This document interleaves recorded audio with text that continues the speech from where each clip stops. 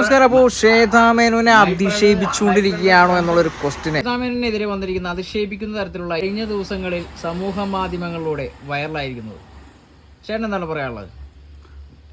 അത് അമ്മ എന്ന സംഘടനയിൽ ഇത്രയും കാലം പുരുഷാധിപത്യ കേന്ദ്രീകൃതമായിട്ടുള്ളൊരു സംഘടനയായിരുന്നു. അതിൽ സ്ത്രീകൾക്ക് വലിയ പ്രാധാന്യമൊന്നും ഉണ്ടായിരുന്നില്ല. ശരിയാണോ? അത് ശരിയാണോ? അത് പുരുഷാധിപത്യം എന്ന് വെച്ചിട്ടുണ്ടെങ്കിൽ അതിൻ്റെ തലപ്പത്തിരിക്കുന്ന ആളുകൾ അവരുടേതായ സ്വാർത്ഥ താല്പര്യങ്ങളും മറ്റ് കച്ചവട താല്പര്യങ്ങളൊക്കെ ഉണ്ട്.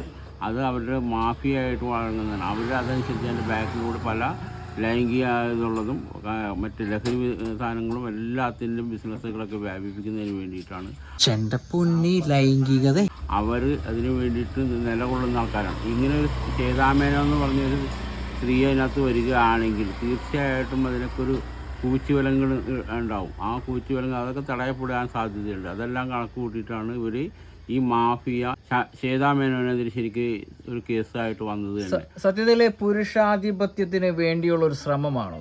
തീർച്ചയായിട്ടും സിനിമാ ഫീൽഡിലും അത് പുരുഷാധിപത്യം അരക്കിട്ടുറപ്പിക്കാൻ വേണ്ടിയിട്ടും ഈ ശ്വേതാമേനോനെ ഇകഴ്ത്തി കാണിക്കാനും അവർ താറടിച്ച് കാണിക്കാനും വേണ്ടി മാത്രമാണ്.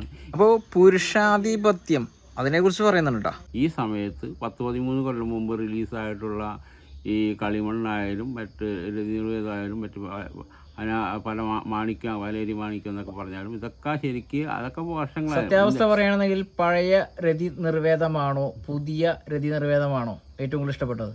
അല്ല, അത് ഞാൻ ഇഷ്ടപ്പെടുന്നത് ഓരോരുത്തരും പ്രേക്ഷകരുടെ അഭിരുചി അനുസരിച്ചാണ്. അത് നമ്മളതിനെപ്പറ്റിയൊന്നും ഞാൻ പറയുന്നില്ല. എന്തായാലും സെൻസർ ബോർഡ് അത് അവർക്ക് ബോധ്യപ്പെട്ടതിൻ്റെ പേരിൽ മാത്രമേ അതിൻ്റെ പേരിലുള്ള സെൻസർ ബോർഡ് സർട്ടിഫിക്കറ്റ് കൊടുത്തിരിക്കുന്നത്. അത് ന്യായം.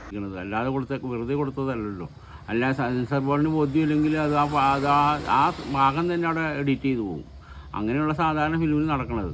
അപ്പോൾ അതുകൊണ്ട് ശരിക്ക് ശ്വേതാമേനോനെയൊക്കെ മൂലക്കിരുത്തണം. ഇത് മാഫിയയുടെ പ്ലാനിങ് ആണ്, അടിച്ചൊതുക്കൽ. അല്ലെങ്കിൽ ഏതെങ്കിലും WCCക്കാരൊക്കെ വന്നാൽ തന്നെയും അവരെയൊക്കെ മൂലക്കിരുത്തണം ഉദ്ദേശിച്ച് തന്നെയാണ് ആ കേസായിട്ട് അവരുടെ ഈ പറയുന്ന തലപ്പത്തിരിക്കുന്ന പല സിനിമകൾ ഫീൽഡിലുള്ള ചില രാജാക്കന്മാരുണ്ട്. മാഫിയകൾ അവരുടെ താല്പര്യമാണ് ഇതിനകത്ത് കാണുന്നതെന്നാണ് ഞാൻ മനസ്സിലാക്കുന്നത്. ശരിക്കും ഒരു സ്ത്രീയെ അറിഞ്ഞിട്ടുള്ള അധിക്ഷേപം അല്ലെന്നുണ്ടെങ്കിൽ ഇത്തരത്തിലൊരു കൊച്ചിക്കാരൻ കേസ് കൊടുക്കുക എന്ന് പറയുന്നത് തന്നെ വലിയൊരു സംഭവം തന്നെയാണ്. അതിനെക്കുറിച്ച് എന്താണ് കൊച്ചിക്കാരനെ കുറിച്ച് എന്തെങ്കിലും പറയാനുണ്ടോ? അല്ല, വ്യക്തിപരമായിട്ട് ഞാൻ ആക്ഷേപിക്കുന്നില്ല. പക്ഷേ അവർക്കുള്ളതെന്ന് വെച്ച് കഴിഞ്ഞാൽ അവർക്ക് ഇപ്പോൾ ഇതിൻ്റെ മറവിൽ കുറേ മറ്റു കാര്യങ്ങളുണ്ട്. ഞാൻ നേരത്തെ പറഞ്ഞില്ല, അതായത് മദ്യം, ലഹരി, മറ്റു പല കാര്യങ്ങളും, ലൈംഗിക ചൂഷണങ്ങൾ, ഇങ്ങനെ പലതും ഉണ്ട്. അതെല്ലാം ഇതിങ്ങനെ ഒരു സ്ത്രീ വന്നിട്ടുണ്ടെങ്കിൽ ഈ വക കാര്യങ്ങൾ നടക്കില്ല. കാരണം സ്വാഭാവികമായിട്ട് സ്ത്രീകൾക്കെതിരെ നടിമാർക്കെതിരെ എന്തെങ്കിലുമൊക്കെ ലൈംഗിക ചൂഷണത്തിനുള്ള ഇടവരാൻ അങ്ങനെ വന്നിട്ടുണ്ടെങ്കിൽ തീർച്ചയായിട്ടും നടിമാർ ഈ ഒരു സ്ത്രീ ആയതിൻ്റെ പേരിൽ ചെന്ന് രഹസ്യമായിട്ടെങ്കിലും പരാതിപ്പെടും. അത് അവർക്കറിയാം. ഇത് ഒരു പുരുഷനാകുമ്പോൾ സ്വാഭാവികമായിട്ടെങ്കിലും ലൈംഗികമായിട്ട് പരാതിപ്പെട്ടാലും ഗവനിക്കില്ല. അപ്പോൾ ഒരു സ്ത്രീ ആയതിൻ്റെ പേരിൽ പരാതിപ്പെടാൻ അങ്ങനെ ആ പരാതികൾ ഇല്ല.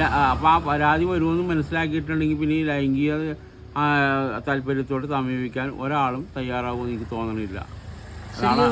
സത്യത്തിൽ സിനിമാ മേഖലയിലാണോ ഈ അധികം ലൈംഗിക അതിക്രമങ്ങളും മറ്റുള്ള കാര്യങ്ങളും നടന്നു പോകുന്നത്? തീർച്ചയായിട്ടും സിനിമാ ഫീൽഡ് എന്ന് പറഞ്ഞിട്ടുണ്ടെങ്കിൽ അതിന് വേറെ കാര്യങ്ങളുണ്ട്. ഓരോ നടികളും ചിലപ്പോൾ പുതുമുഖങ്ങളായിട്ട് വരുന്നവർ വിചാരിക്കുന്നത് ഞങ്ങൾക്കൊരു ചാൻസ് കിട്ടണം, അതിന് വേണ്ടിയിട്ട് അവർ എല്ലാ വിട്ടുവീഴ്ചകൾക്കും തയ്യാറാകുന്ന രീതി ഉണ്ടായിട്ടുള്ളത്. പല നടിമാരും അവർ തുറന്ന് സമ്മതിച്ചിട്ടുണ്ട്. അവരുടെ ജീവചരിത്രത്തിലും ആത്മകഥയിലൊക്കെ എഴുതി വെച്ചിട്ടുണ്ട്. അപ്പോൾ ഇത് ആ മേഖലയിൽ അതുള്ളതാണ് എന്നുള്ളത് തന്നെയാണ്. കാരണം ഈ ലൈംഗിക അരാജകത്വം ഉള്ളതാണ്. അത് സംശയമില്ലാത്ത കാര്യമാണ്.